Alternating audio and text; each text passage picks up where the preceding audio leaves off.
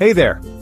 Today I'm diving into a topic that's often thrown around in the news but rarely fully understood: GDP, or Gross Domestic Product. It's a big deal, right? But is it really the true measure of a country's development or growth? Let's uncover that. So, what is GDP?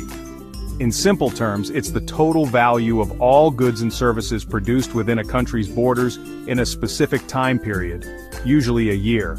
Sounds straightforward enough. But here's the kicker: GDP doesn't tell the whole story. First off, GDP measures total production, but it doesn't account for how that production is distributed among people. Imagine this: a country has a high GDP, but only a small portion of the population is actually contributing to and benefiting from this production. The rest? They're not really engaged in the production process. This means GDP might look impressive on paper, but it doesn't reflect the economic reality for everyone in that country. Now let's dive a bit deeper. To truly gauge development, we need to consider the quality of the labor force and how the production is shared among the population. Think about it. A country can have a booming economy, but if the wealth isn't being distributed fairly, can we really call it developed? Distributing the annual product to the entire population could be a game changer. It levels the playing field and gives us a clearer picture of how well a country is doing.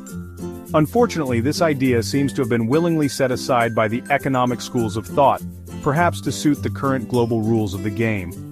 Why? Well, GDP has become a convenient tool for comparing countries. It's straightforward and easy to measure. But it's also limited. It doesn't consider factors like income inequality, environmental sustainability, or quality of life. Take, for instance, two countries with similar GDPs. One might have excellent healthcare, education, and a high standard of living, while the other struggles with poverty and poor infrastructure. GDP alone can't capture those nuances. So, what should we be looking at instead? Well, there are several alternatives. Measures like the Human Development Index, which includes life expectancy, education, and per capita income, offer a more rounded view of development. Or the Genuine Progress Indicator, which adjusts for factors like environmental damage and income distribution. These metrics might not be as popular, but they tell us a lot more about the true state of a country. In conclusion, while GDP is a useful tool, it's not the be-all and end-all. To truly understand a country's development and growth, we need to look beyond GDP and consider the bigger picture. By doing so, we can foster a more inclusive and fair global economy. Thanks for watching. If you found this video insightful, don't forget to like, subscribe, and share your thoughts in the comments below. See you next time.